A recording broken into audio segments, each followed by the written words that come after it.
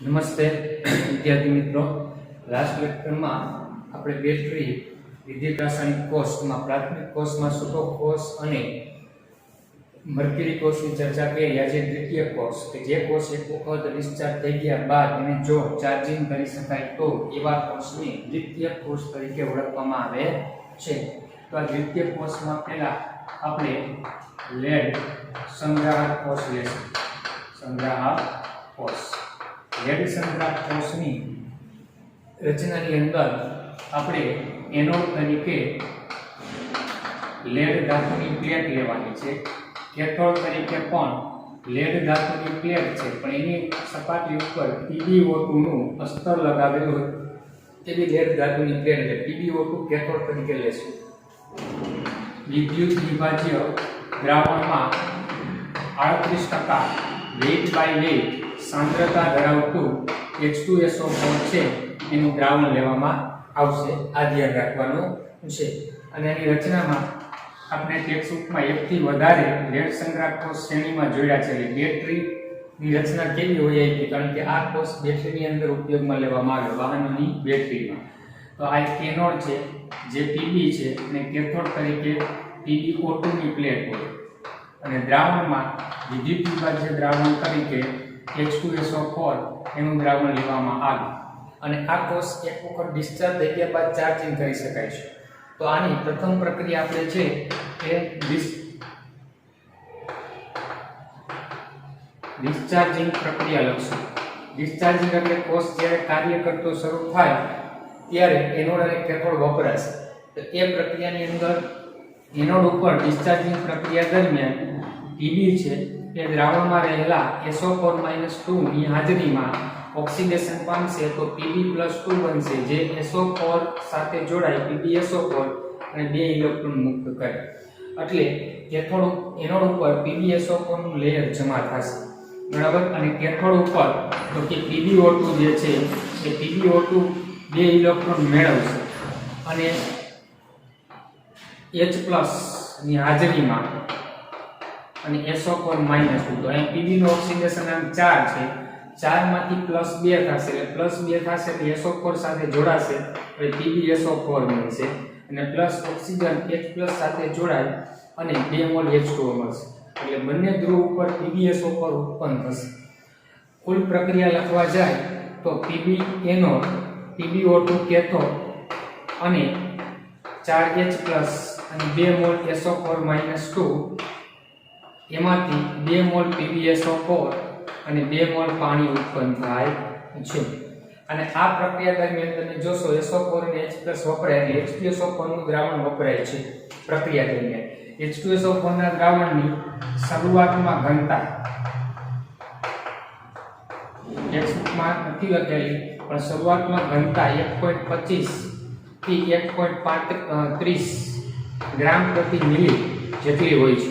પણ એ વપરાય બાદ કોષ કાર્ય કરતો અટકે એટલે કે અંતમાં H2SO4 ના દ્રાવણની ઘનતા છે એ ઘટીને 1.10 થી 1.15 ગ્રામ પ્રતિ મિલી જેટલી થાય છે. એટલે H2SO4 ના દ્રાવણની ઘનતા ઘટે છે. એટલે આ કોષને સતત ચાલુ રાખવું હોય તો આ કોષની અંદર H2SO4 નું દ્રાવણ છે એ ઉમેરતું રહેવું પડે, એ ધ્યાનમાં રાખવાનું છે. હવે કોષ એક વખત ડિસ્ચાર્જ થઈ જાય પછી પાછો ચાર્જિંગ કરો તો ઉલટી પ્રક્રિયા થાય. કે એનોડ ઉપર જે વપરાઈ ગયો છે Pb માંથી PbSO4 તો એ પાછું વિદ્યુત પ્રવાહ પસાર કરશું એટલે એનોડ ઉપર PbSO4 છે એમાંથી Pb ઉત્પન્ન થશે. એટલે ઉલટી પ્રક્રિયા થશે. એનોડ ઉપર જે ઓક્સિડેશન થતી એની જગ્યાએ રિડક્શન પ્રક્રિયા અને કેથોડ ઉપર PbSO4 માંથી PbO2 એટલે પાછી ઓક્સિડેશન પ્રક્રિયા થશે. તો એ પ્રક્રિયાને ચાર્જિંગ પ્રક્રિયા કહેવાય. એ પ્રક્રિયા કહેવાય ચાર્જિંગ. તો આની ચાર્જિંગ પ્રક્રિયા લખવી હોય તો કઈ રીતે લખવાની? તો કે ઓક્સિડેશન પ્રક્રિયા એટલે એનોડ ઉપર લખાય તો એ ખરેખર આ પ્રક્રિયા છે એ ઉલટી થશે. તો આ કેથોડ ઉપર થાય કારણ કે રિડક્શન થાય. તો એનોડ ઉપર આ પ્રક્રિયા થશે તો PbSO4 છે એ અને 2 મોલ H2O એમાંથી PbO2 પાછો ઉત્પન્ન થાય અને 4H+ અને SO4-2 અને 2 ઇલેક્ટ્રોન મુક્ત થાય, બરાબર. અને કેથોડ ઉપર કઈ પ્રક્રિયા? ઉપરની એનોડ હતી એ ઉલટી લખવાની. PbSO4 2 ઇલેક્ટ્રોન મેળવી અને શું બનાવશે તો કે Pb ધાતુ અને પાછું SO4 -2 એટલે ચાર્જિંગ દરમિયાન પાછા એનોડ ઉપર જે Pb વપરાઈ ગયો એ પાછો ઉત્પન્ન થાય અને કેથોડ ઉપર જે PbO2 વપરાણો એ પાછો તો કે ઉત્પન્ન થશે. ચાર્જિંગ દરમિયાન પાછા એનોડ કેથોડ મેળવી શકાય છે. એટલે આપણે આ કોષને વારંવાર એક વખત ડિસ્ચાર્જ થઈ જાય પછી પાછો ચાર્જિંગ કરીને બીજી વાર ઉપયોગમાં તો કે લઈ શકીએ છીએ. અને આ કોષનો પોટેન્શિયલ E0 સેલ છે ને એ 2 વોલ્ટ છે. તો જો તમારે વધારે વોલ્ટેજ જોતા હોય 10 વોલ્ટેજ તો આવા 5 કોષને એકસાથે શ્રેણીમાં જોડવા પડે અને જો 20 વોલ્ટેજ જોતા હોય તો 10 કોષને એકસાથે શ્રેણીમાં જોડવા. આના ઉપયોગો આપણે કીધા છે ઓટોમોબાઈલમાં કીધું છે. ઓટોમોબાઈલ એટલે વાહનોની બેટરી છે એમાં આ લેડ સંગ્રાહક કોષ છે એનો ઉપયોગ કરવામાં આવે અને પ્લસ ઇન્વર્ટર્સ જે આપણે લાઈટ લઈ જાય એ ઉપયોગમાં લઈ છે ઓટોમોબાઈલ અને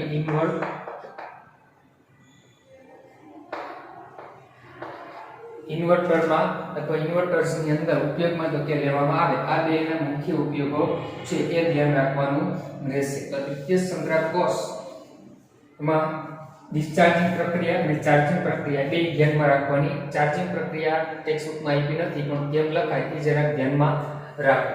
બીજો આવો દ્વિતીય કોષ છે એ આપણે નિકલ કેડમિયમ સંગ્રાહક કોષ આપ્યો છે. નિકલ કેડમિયમ સંગ્રાહક કોષમાં એનોડ તરીકે કેડમિયમ ધાતુ લેશું. કેથોડ તરીકે છે ને નિકલ ટ્રાઇહાઇડ્રોક્સાઇડ NiOH3 આનો ઉપયોગ કરવામાં આવે અને વિદ્યુત વિભાજ્ય દ્રાવણ તરીકે બેઝિક દ્રાવણ લેવામાં આવે છે NaOH અથવા KOH નો ઉપયોગ કરવામાં આવશે. અને આ કોષ જ્યારે ડિસ્ચાર્જ થાય ત્યારે એની પ્રક્રિયા કઈ રીતે લખશું કે એનોડ ઉપર Cd છે એ વિદ્યુત વિભાજ્ય OH- ની હાજરીમાં ઓક્સિડેશન પામી Cd+2 બનશે અને Cd+2 ઓક્સાઇડ આયનના ઓક્સિજન સાથે જોડાઈ CdO બનાવશે અને આને 2 મોલ લેશું તો 1 મોલ પાણી અને 2 ઇલેક્ટ્રોન મુક્ત થાય. તો કેથોડ ઉપર શું થશે નિકલ ટ્રાઇહાઇડ્રોક્સાઇડ હોય એમાં નિકલનું ઓક્સિડેશન આયન +3 છે તો એ 2 ઇલેક્ટ્રોન મેળવશે તો આપણે 2 મોલ લેશું તો નિકલ +3 1 ઇલેક્ટ્રોન મેળવી નિકલ +2 બનાવશે. તો નિકલ +2 બનશે એટલે શું થશે તો કે NiOH ટ્વાઇસ બનશે અને 2 મોલ મળશે અને 2 મોલ OH- ઉત્પન્ન થશે. એટલે કુલ પ્રક્રિયા લખશું તો આપણે Cd 2 મોલ NiOH 3 OH- ઉડી જશે CdO 2 મોલ NiOH ટ્વાઇસ અને 1 મોલ પાણી. એટલે ટેક્સ્ટબુકમાં કુલ પ્રક્રિયા આપી છે એનોડ કેથોડની લખવી હોય તો આપણે આ રીતે લખી શકશું. આ ધ્યાન રાખવું. અને આની ચાર્જિંગ પ્રક્રિયા લખવાની થાય ચાર્જિંગ પ્રક્રિયા. તો ચાર્જિંગ પ્રક્રિયાની અંદર તો કે એનોડ ઉપર કઈ પ્રક્રિયા થશે ઉલટી પ્રક્રિયા થાય તો કેથોડ વાળી થાય પણ એ ઉલટી લખવાની 2 NiOH ટ્વાઇસ આમાં લખ્યું એ રીતે છે 2 મોલ OH- અને એમાંથી નિકલ ટ્રાઇઓક્સાઇડ પાછો ઉત્પન્ન થઈ જાય છે. તો કેથોડ ઉપર એનોડ ઉપરની પ્રક્રિયા CdO છે એ પાછો રિડક્શન પામી અને સીધી ધાતુ ઉત્પન્ન થશે અને 2 મોલ OH- અને કુલ પ્રક્રિયા આમાં જે છે એનાથી ઉલટી આવશે CdO 2 mall NiOH twice H2O એમાંથી Cd અને 2 મોલ નિકલ ટ્રાઇહાઇડ્રોક્સાઇડ મળી શકે છે. અને આ કોષ લેડ સંગ્રાહક કોષ કરતા થોડો ખર્ચાળ કોષ છે અને આયુષ્ય લેડ સંગ્રાહક કોષ કરતા વધારે છે. બરાબર એ ધ્યાન રાખવાનું છે. નિકલ કેડમિયમ સંગ્રાહક કોષની અંદર એનો ઉપયોગ આપણે આપેલો નથી. તો આ રીતે આ બે પ્રકારના દ્વિતીય કોષ એની આપણે ચર્ચા કરી. ડિસ્ચાર્જિંગ પ્રક્રિયાઓ બુકમાં નથી તે રીતે લખવી ધ્યાન રાખવું. અને આમાં એનોડ કેથોડની પ્રક્રિયા નથી આપી તો એ પણ લખી લેજો. તો આવા બે પ્રકારના દ્વિતીય કોષ છે જેનો આપણે અભ્યાસ કરીએ. હવે આપણે બળતણ કોષ એની ચર્ચા કરશું.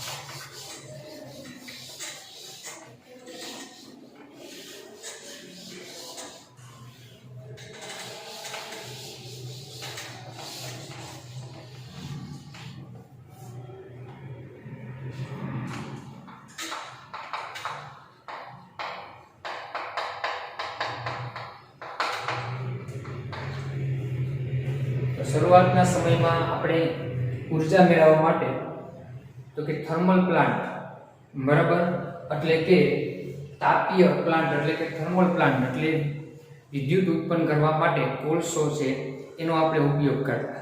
એનો ઉપયોગ કરતા કોલસા. તો કોલસાનો જ્યારે વિદ્યુત ઉર્જા મેળવવા માટે ઉપયોગ કરતા ત્યારે કોલસાના દહનથી પાણી છે એનું વરાળમાં રૂપાંતર કરવામાં આવતું. ત્યારબાદ તે વરાળ દ્વારા ટર્બાઇન ચલાવવામાં આવે એટલે યાંત્રિક કાર્ય થાય.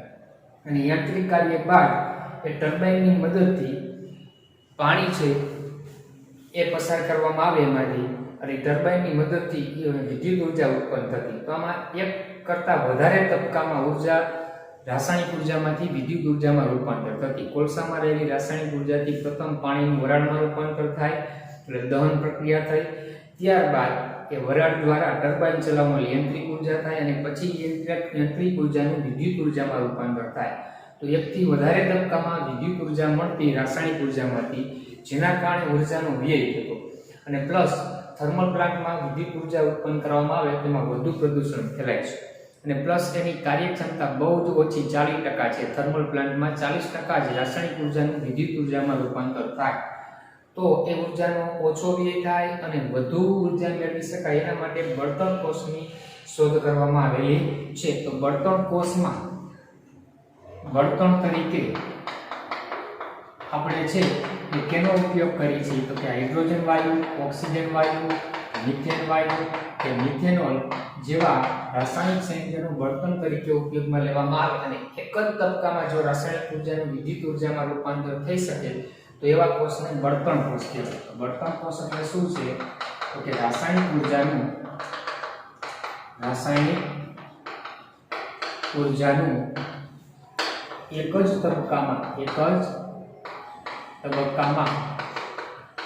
વિદ્યુત ઉર્જામાં રૂપાંતર થાય છે તેવા કોષને બળતણ કોષ તરીકે ઓળખવામાં આવે. અને આમાંનો અગત્યનો બળતણ કોષ એટલે હાઇડ્રોજન બળતણ કોષ કે જે ખૂબ જ સારી એવી કાર્યક્ષમતા દર્શાવે છે. હાઇડ્રોજન બળતણ H2 બળતણ કોષ, આની કાર્યક્ષમતા છે 70 થી 75% જેટલી છે. અને આપણે થર્મલ પ્લાન્ટમાં 40%, એના કરતાં ઘણી બધી વધારે બળતણ કોષમાં તો કાર્યક્ષમતા છે વિદ્યુત ઉર્જા ઉત્પન્ન કરવાની. પ્લસ આ બળતણ કોષ પ્રદૂષણ પણ ફેલાવતો નથી, જેના માટે પણ એનો વધારે પ્રમાણમાં ઉપયોગ થાય છે. તો બળતણ કોષની રચના કઈ રીતે કરવામાં આવે છે તો કે એક પાત્રની અંદર કાર્બનના વિદ્યુત ધ્રુવ લેવામાં આવે. કેના વિદ્યુત ધ્રુવ લેવામાં આવશે? કાર્બન વિદ્યુત ધ્રુવ તરીકે. એનોડ અને કેથોડ બંને તરીકે ગ્રેફાઇટ, કાર્બન ગ્રેફાઇટ વિદ્યુત ધ્રુવ તરીકે લેવામાં આવશે. અને એની અંદર એક વિદ્યુત ધ્રુવ તરીકે આપણે નિષ્ક્રિય વિદ્યુત ધ્રુવ પ્લેટિનિયમ કે પ્લેટિનિયમ જેવી ધાતુઓ છે એ પણ વિદ્યુત ધ્રુવ તરીકે રાખવામાં આવે છે, જે ઉદ્દીપક તરીકેની ભૂમિકા ભજવે છે. અને એનોડ ઉપર ઓક્સિજન વાયુ પસાર કરવામાં આવશે, ઓક્સિજન વાયુ એનોડ ઉપર. અને કેથોડ ઉપર છે એ આપણે હાઇડ્રોજન વાયુ છે એ પસાર કરશું. અને વચ્ચેના ભાગમાંથી તો કે પાણી ઉત્પન્ન થશે. એ પાણીની બાષ્પ H2O ની બાષ્પ અહીંથી બહાર નીકળશે અને વચ્ચે વિદ્યુત વિભાજ્ય દ્રાવણ તરીકે NaOH અથવા KOH ભરવામાં આવે છે. અને જ્યારે આ કોષ કાર્ય કરે ત્યારે એનોડ ઉપર તો કે ઓક્સિજન છે એનું OH- ની હાજરીમાં એનોડ ઉપર આપણે હાઇડ્રોજન વાયુ પસાર કરશું અને કેથોડ ઉપર ઓક્સિજન વાયુ પસાર કરવામાં આવે. એનોડ ઉપર હાઇડ્રોજન વાયુ 0 ઓક્સિડેશન માંથી H+ થશે એટલે ઓક્સિડેશન જે OH- સાથે જોડાય અને પાણી બનાવશે. તો 1 મોલ હાઇડ્રોજન હોય તો 2 મોલ OH- 2 મોલ પાણી અને 2 ઇલેક્ટ્રોન મુક્ત થાય. અને કેથોડ ઉપર તો કે ઓક્સિજન વાયુ છે એ પાણીની હાજરીમાં રિડક્શન અનુભવશે. તો 1 મોલ લઈ અડધો મોલ તો 1 ઓક્સિજન 2 ઇલેક્ટ્રોન મેળવી O- બનાવે જે H+ સાથે જોડાય OH- અને 2 OH- ઉત્પન્ન થશે. એકંદરે બળતણ કોષમાં H2 અને અડધો મોલ O2 વચ્ચેની પ્રક્રિયાથી આપણે 2 મોલ પાણી છે આ બાજુ એક ઉડી જાય તો 1 મોલ પાણી અને પ્લસ ઉષ્મા મુક્ત થાય છે, જે આપણે વિદ્યુત ઉર્જાના સ્વરૂપમાં પ્રાપ્ત થાય છે. આ રીતે બળતણ કોષની અંદર પ્રક્રિયા કરીને લખવામાં આવશે. અને આ રીતે ઉત્પન્ન થતી પાણીની જે બાષ્પ છે એ બાષ્પનો ઉપયોગ સૌપ્રથમ અવકાશ એપોલોયનમાં આ બળતણ કોષનો ઉપયોગ કરવામાં આવ્યો હતો અને ત્યારે આ રીતે ઉત્પન્ન થતી પાણીની બાષ્પ છે એનો પીવા માટે ઉપયોગમાં લેવામાં આવેલી હતી. અને આ કોષના બીજા ફાયદા શું છે તો કે આની કાર્યક્ષમતા ખૂબ ઓછી છે, ઉર્જાનો વ્યય ઓછો થાય છે અને ઉત્પન્ન થતું પાણી પીવા માટે લઈ શકાય અને પ્લસ તો કે પ્રદૂષણ ફેલાવતો નથી, અવાજનું પણ પ્રદૂષણ નહીં, હવાનું પ્રદૂષણ પણ ફેલાવતો નથી, જે આના મુખ્ય ફાયદા છે. અને હાલમાં બળતણ કોષનો બહુ ઓછા પ્રમાણમાં ઉપયોગ થાય છે, પણ ધીમે ધીમે બળતણ કોષનો ઉપયોગ વધશે. એનો ઉપયોગ ઓછો થાય છે એનું કારણ એ છે કે હાઇડ્રોજન વાયુ છે એની સંગ્રહ કરી શકાતો નથી. સંગ્રહ કરવા માટે બહુ ઊંચા સાધનોની જરૂર પડે છે, જેના કારણે આપણે હાઇડ્રોજન બળતણ કોષ હાલમાં બહુ વપરાતું નથી, પણ ભવિષ્યમાં જો હાઇડ્રોજનનો સંગ્રહ કરી શકાય યોગ્ય રીતે તો આ બળતણ કોષ છે એનો ઉપયોગ વધી શકે છે, એ અહીંયા વાત કરવામાં આવેલી છે. તો આપણે આ બળતણ કોષ છે એની ચર્ચા કરી. એવો જ એક બીજો અગત્યનો કોષ જેને આપણે છારણ તરીકે ઓળખીએ છીએ, છારણ. બરાબર, આગળનો ટોપિક 3.8 છારણ. છારણ એટલે શું તો કે કોઈ પણ ધાતુ છે હવા કે ભેજના સંપર્કમાં આવે તો ધાતુ સરળતાથી ઓક્સિડેશન પામે અને ઓક્સિડેશન પામી અને ધાતુની સપાટી પર ઓક્સાઇડનું લેયર બને.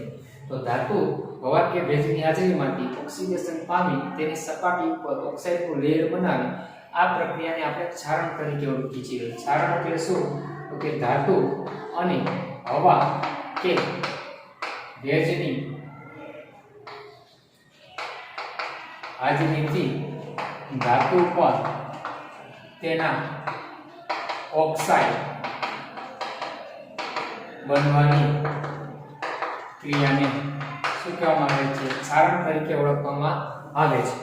અને આમાં ધાતુનું ઓક્સિડેશન થાય, હવા કે ભેજ છે એનું રિડક્શન થશે, એટલે એક પ્રકારનું છારણ એ વિદ્યુત રાસાયણિક કોષ છે. તો ધાતુની સપાટી પર જે છારણ થાય છે એ પ્રક્રિયા સમજવી ખૂબ અટપટી છે, છતાં પણ એ લોખંડના ઉદાહરણ દ્વારા આપણે સમજાવવા પ્રયત્ન કર્યો. અને આના ઉદાહરણની અંદર ક્યાં આવે તો કે લોખંડ પર કાટ લાગે, લોખંડનું છારણ થાય ને એટલે કાટ લાગવું, લોખંડ પર કાટ લાગવું, ચાંદી છે ઝાંખી પડવી, બરાબર, અથવા તાંબુ છે એના ઉપર લીલા રંગનું છાર બનવું, આ બધી પ્રક્રિયા છે એ છારણના ઉદાહરણ છે. એના ઉદાહરણ છે છારણ, તેમાં ધાતુનું ઓક્સિડેશન થાય છે. તો આ પ્રક્રિયા સમજવી અટપટી છે, પણ લોખંડના ઉદાહરણ દ્વારા આ પ્રક્રિયા સમજાવવા પ્રયત્ન કર્યો છે.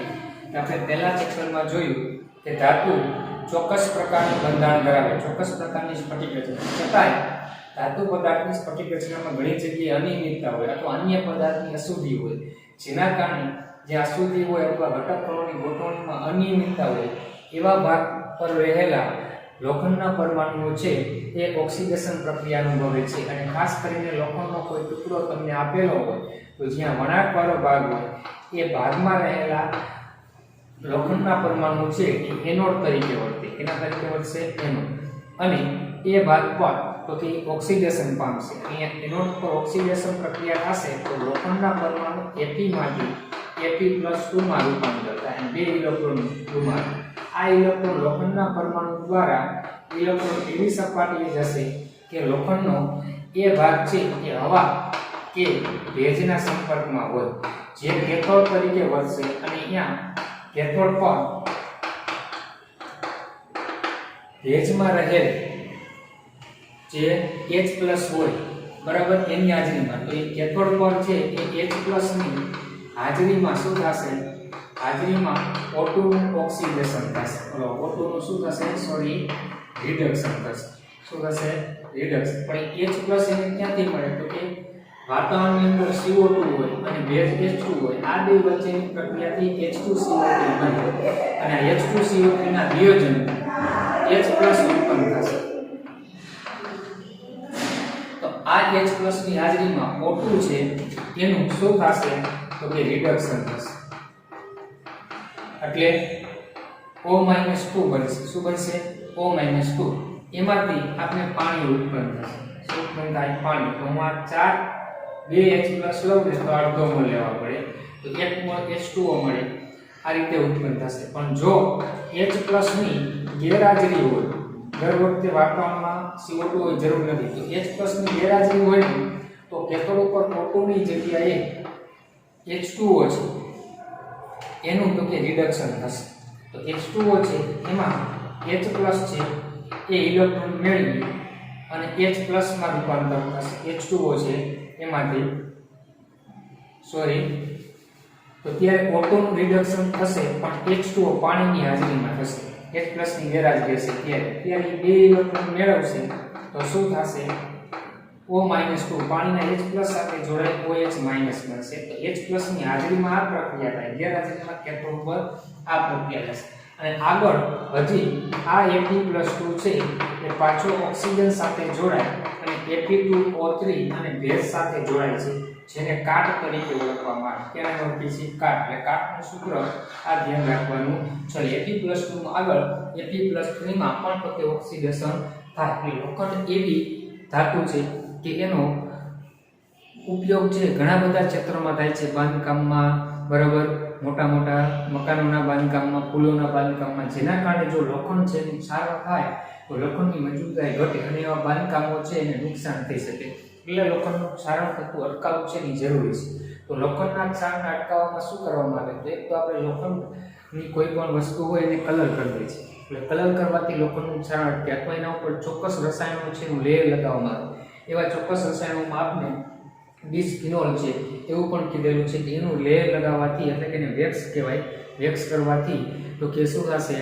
તો કે એનું ક્ષારણ અટકાવી શકાય. આ ઉપરાંત લોખંડને લાંબો સમય સંગ્રહવા માટે એને જમીનની અંદર દાટવામાં આવે. પણ જમીનમાં કઈ રીતે દાટવામાં આવે? તો કે લોખંડ છે એની સાથે એની ઉપરની બાજુ ખુલ્લી સપાટી હોય એ બાજુ લોખંડ કરતાં વધુ ઓક્સિડેશન પોટેન્શિયલ હોય ને એવી ધાતુનું લેયર લગાવવામાં આવે, જેમાં મેગ્નેશિયમ છે, ઝિંક છે, આવી ધાતુના તો કે ચોસલા લગાડી અને એને જમીનમાં દાટવામાં આવે. અથવા તો આપણે બોટ બનાવવામાં લોખંડનો ઉપયોગ કરીએ તો લોખંડની બોટો એની આજુબાજુ છે પાણીના સંપર્કમાં આવતા હોય એ ભાગમાં ઝિંક અને મેગ્નેશિયમના ચોસલા લગાડેલા હોય, જેથી કરીને ભેજ કે પાણીના સંપર્કમાં આવે ત્યારે મેગ્નેશિયમ કે ઝિંકનું ઓક્સિડેશન થાય અને લોખંડનું ઓક્સિડેશન થશે નહીં.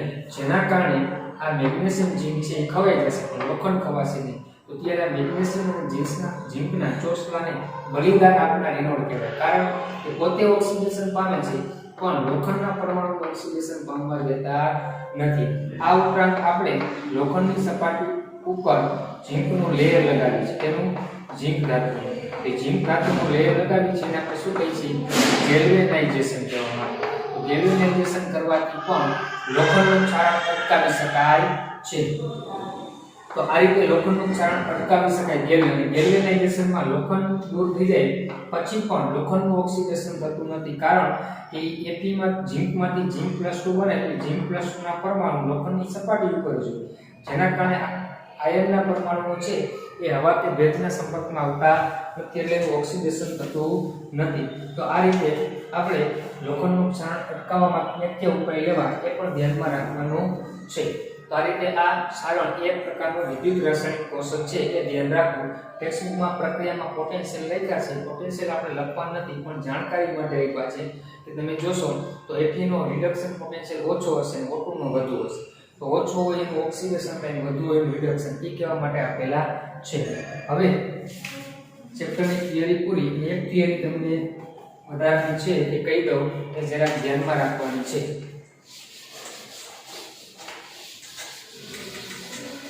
સાંદ્રતા કોષ.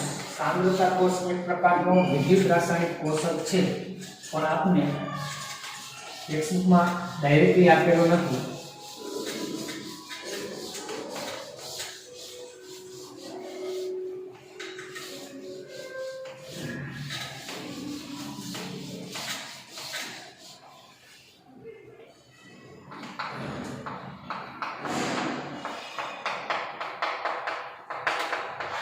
આપણે અત્યારે લગી વિદ્યુત રાસાયણિક કોષના ઉદાહરણ લીધા તો એવું જોયું કે એનોડ અલગ હોય વિદ્યુત રાસાયણિક કોષ અને કેથોડ અલગ હોય, બરાબર. પણ જો એનોડ તરીકે હું ઝિંક ધાતુનો અર્ધકોષ લઉં અને કેથોડ તરીકે ઝિંક ધાતુનો અર્ધકોષ લઉં તો બંને વિદ્યુત ધ્રુવ સમાન હોય, પણ બેના દ્રાવણની સાંદ્રતા C1C2 છે એ જુદી જુદી હોય ને તો એવા કોષને સાંદ્રતા કોષ તરીકે ઓળખવામાં આવે. કે બંને વિદ્યુત ધ્રુવ સમાન પરંતુ તેના દ્રાવણની સાંદ્રતા જુદી જુદી હોય તો એને સાંદ્રતા કોષ કહેવાય. એટલે કે જે વિદ્યુત રાસાયણિક કોષમાં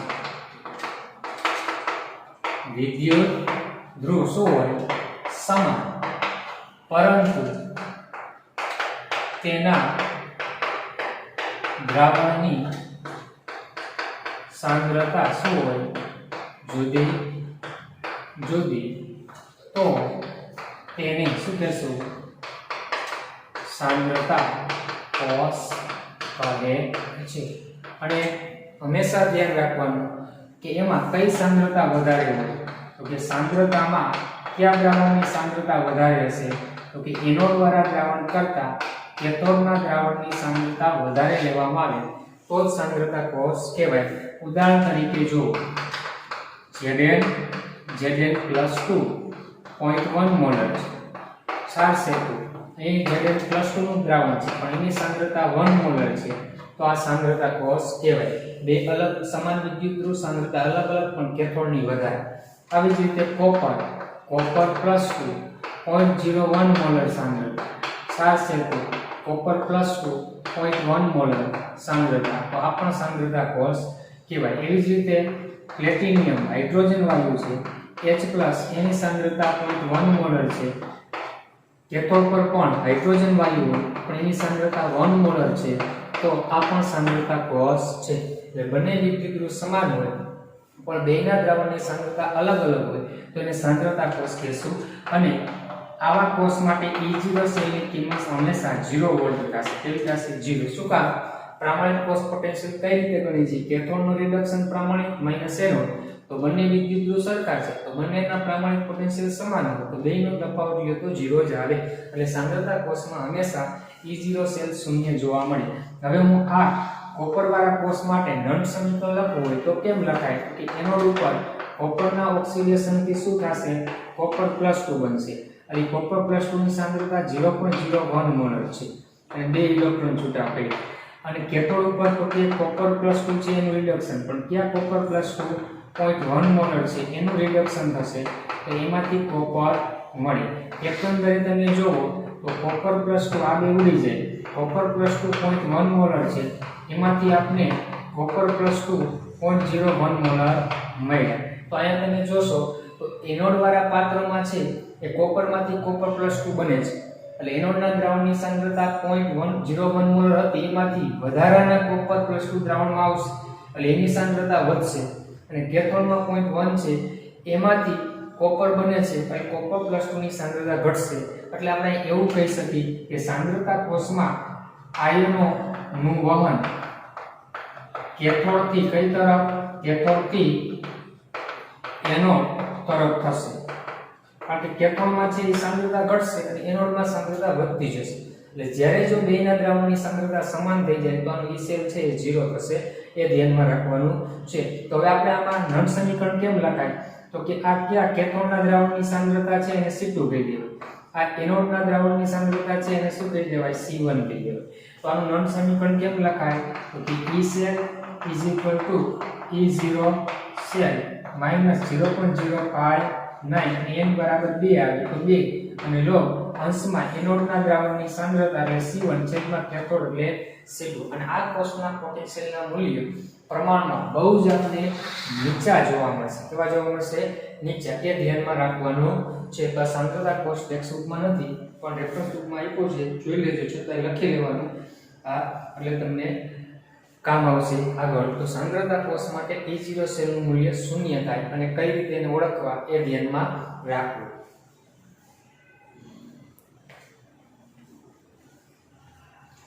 પછી આપણે એક MCQ માટે શોર્ટ ફોર્મ્યુલા કહું, એવા MCQ નીટમાં પૂછાય છે તો એની ગણતરી કેમ કરવી? બરાબર.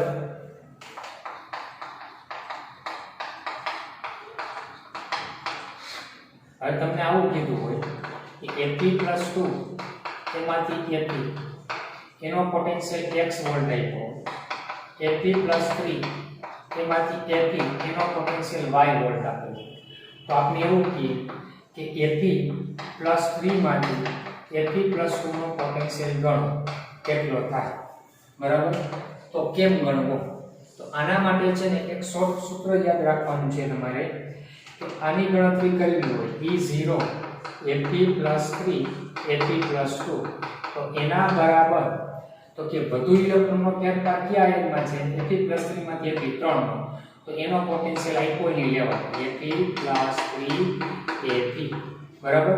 એટલે આમાં ઇલેક્ટ્રોનનો ફેરફાર 3 છે તો 3 વડે ગુણવાનો, માઈનસ પછી આનો તફાવત લેવાનો, પણ ઇલેક્ટ્રોનનો ફેરફાર 2 છે તો આપણે E0 Fe+2 Fe આ રીતે સૂત્ર લખવાનું. છેદમાં આના ઇલેક્ટ્રોનનો ફેરફાર 3, આનો 2 તો 3 - 2, તો આ બે આપ્યો હોય તો એ કિંમત અહીં મૂકી દેવાની એટલે આની કિંમત મળે, અથવા ક્યારેક આ બે આપે તો આની ગણતરી કરવાની કે. તો આના માટે આપણે જનરલ સૂત્ર આવું લખશું E0 કોઈ પણ ધાતુનો મહત્તમ ઓક્સિડેશન આંક હોય એમાંથી ઓછો ઓક્સિડેશન આંક હોય એવા આયનના પોટેન્શિયલ બરાબર, એટલે મહત્તમ એટલે હું અહીંયા સંજ્ઞા આપી દઉં m, અને આમાં સ્મોલ m આપી દઉં, અને અહીંયા સ્મોલ n. પણ ધ્યાન રાખવાનું m છે એની કિંમત n કરતા મોટી છે બીજું ભાગ, બરાબર.